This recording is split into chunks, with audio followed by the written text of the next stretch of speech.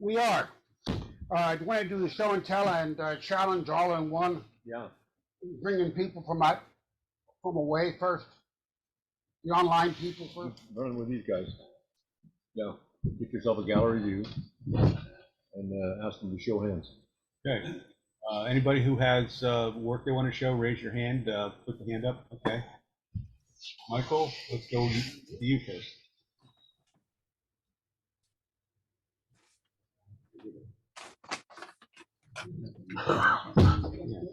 Razzo, you're on.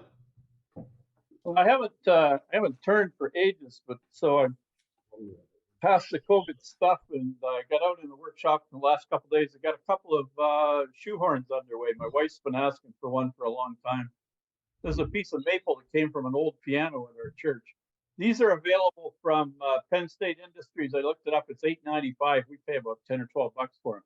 I haven't put it together yet because I want to buff it tomorrow. Basically, there's a cap for the end and the shoehorn. You can also get a back scratcher. So this is about 18, 19 inches long. They're a fun project. People love them, especially old people.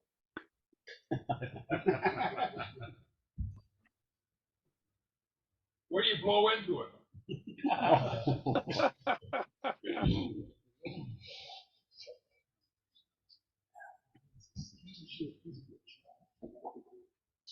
All right. Jeff?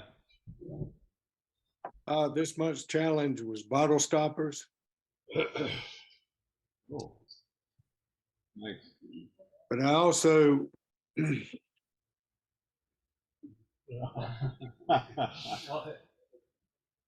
Oh, a gnome bottle stop. it's a gonk. A Viking gnome.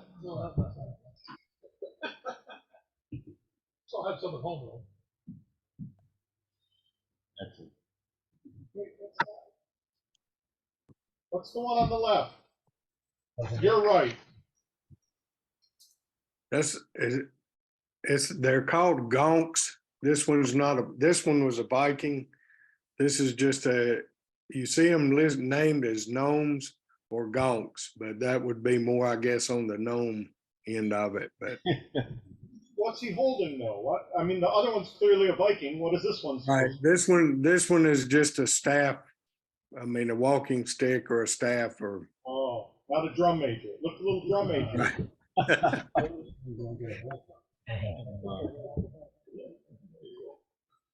Very nice. The Christmas presents this year were bottle stoppers. So Only Karen knows one. Jeff, do you use stainless steel bottle stoppers or the chrome plated one? I use these stainless steel. They are not supposed to pit. Red wine supposedly pits the chrome, so I use stainless on all of them. I've heard complaints about if somebody's going to actually use the bottle stopper after a couple of exposures to wine, the chrome plating starts to blister and rust up near the top. But stainless, although about 3 times the price, is hands down a better choice.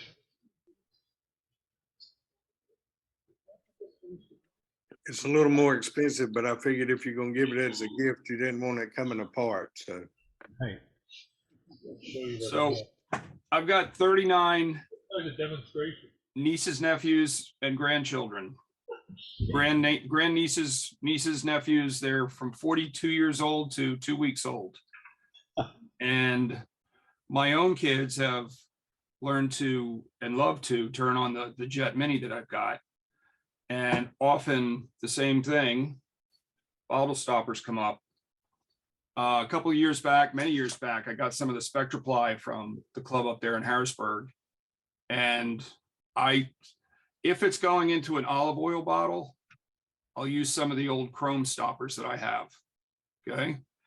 If it's going into red wine, you're absolutely right.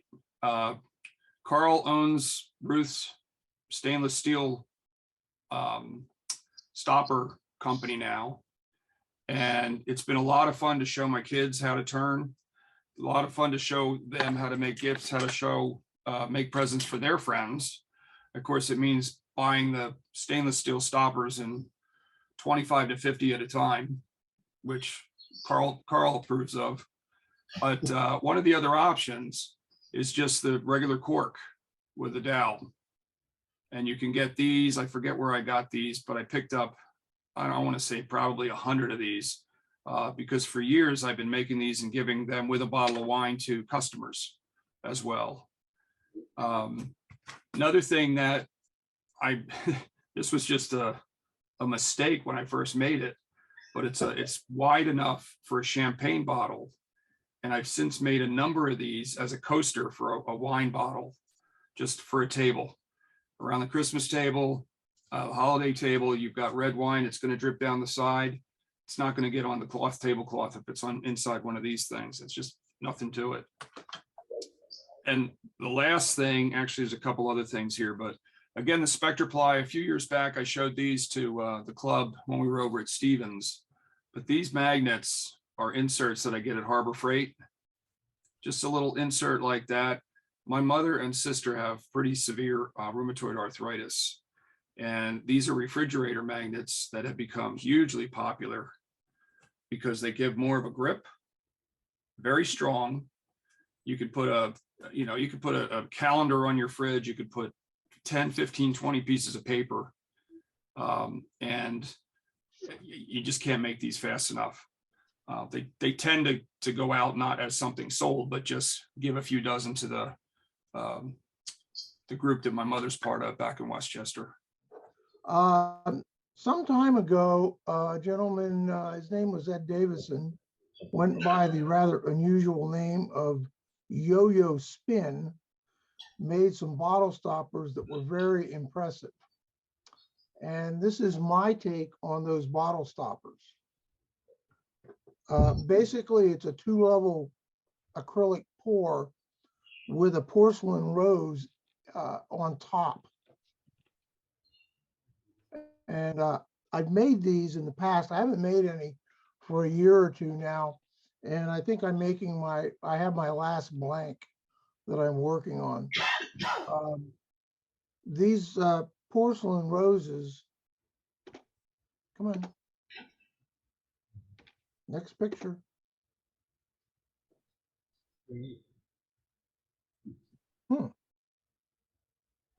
Okay, let's go try this. This porcelain rose is only about a 1/2 inch to 3/4 of an inch in size. The actual bottle stopper is about 1.5 inches across. And the dome on the top of the bottle stopper acts like a magnifying glass to magnify the rose. And you at one time could get these in all kinds of different colors. They're porcelain, and they were not very expensive, but lately I haven't been able to actually find any of them. I've checked Etsy and a couple of other places, but I have not been able to find them. So anyway, that's what I have to share. Thank you. Yeah, I got some stuff to share. Yes, right here we go, and here. You seeing it? Yes. Yep. This is Norway maple root poured in with epoxy around it, and it was turned. I put in a couple battery operated tea lights to add the effect. Let me forward to the next one. Sorry about that. Basically, the three are going around. This is another view.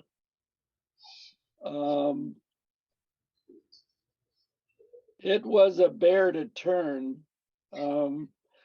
The wood had stones in it, as you might guess. It was a root, and that quickly sparks and dulls your chisel. But I had fun with it.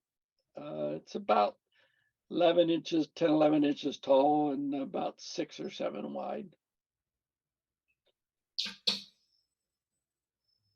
And I left a couple of stones in the bottom just because I got tired of digging them out and I didn't need to dig them out anymore. So, thank you. Thank you. Hi. I have a couple of bottle stoppers. I gave a couple for gifts for Christmas. These are stainless steel. And one more. These are apple. There it is. Sorry. I think that's all in Zoom land. Sorry. Okay. Somebody turned an embarrassed snowman here in this Coke bottle. Anybody want to own up to it? Yeah. What's with the red? Looks like he's there.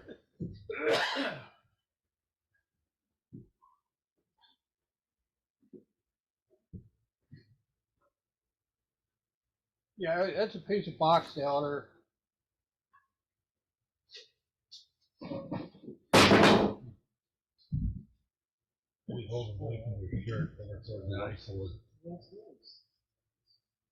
Drinking? There Have a little, Little jugs.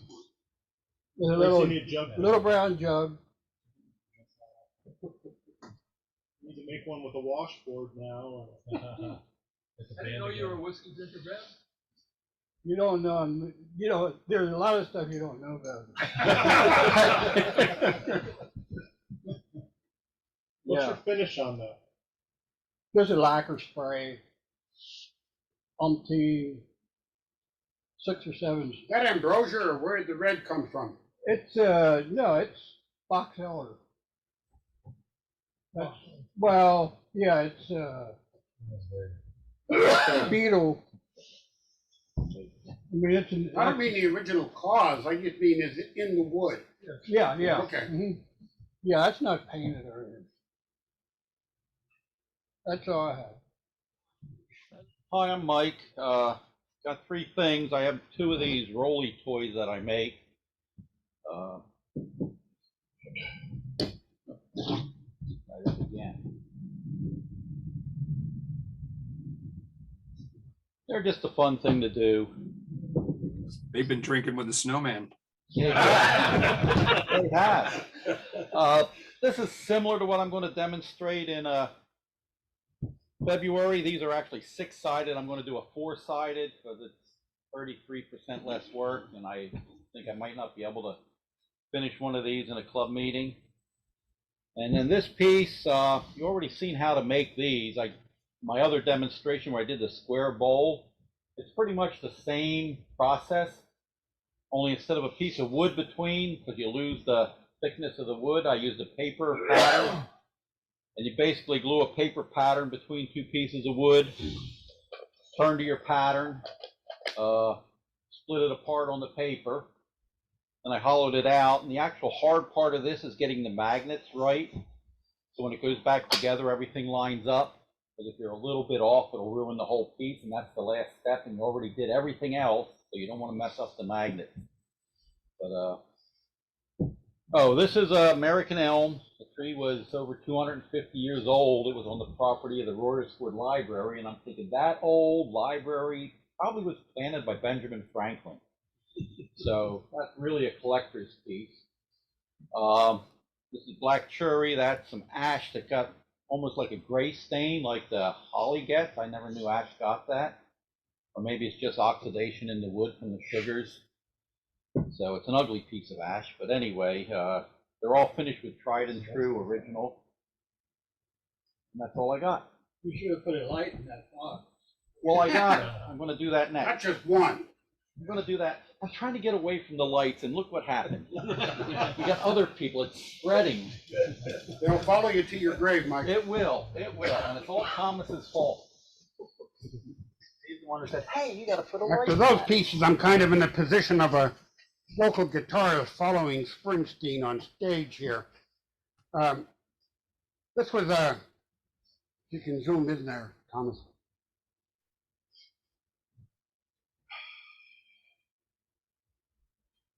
It's supposed to convey the idea of a, I don't know if they still even have them, but when I was a kid, they were a Oh, yeah. paper, you blew it and it came out and feathers or something was in it. And so anyhow, I just, desperate for an idea to show for this month's challenge, and I didn't want to do a wine stopper.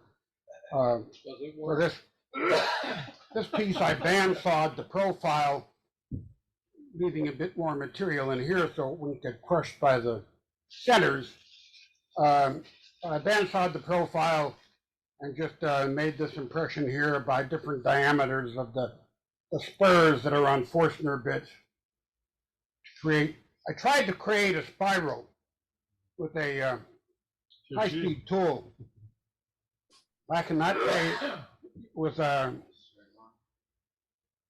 like a 12-sided end-gon or something, where I just push it in a straight line, and so I could use some help in that can do that with area. almost any gouge. Just bring your piece over to my place. Create a spiral, but yep, exactly. But anyhow, I only turned it from there on up.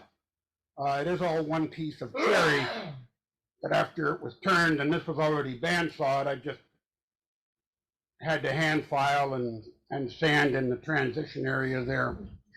It does not blow. In that sense. So that's it.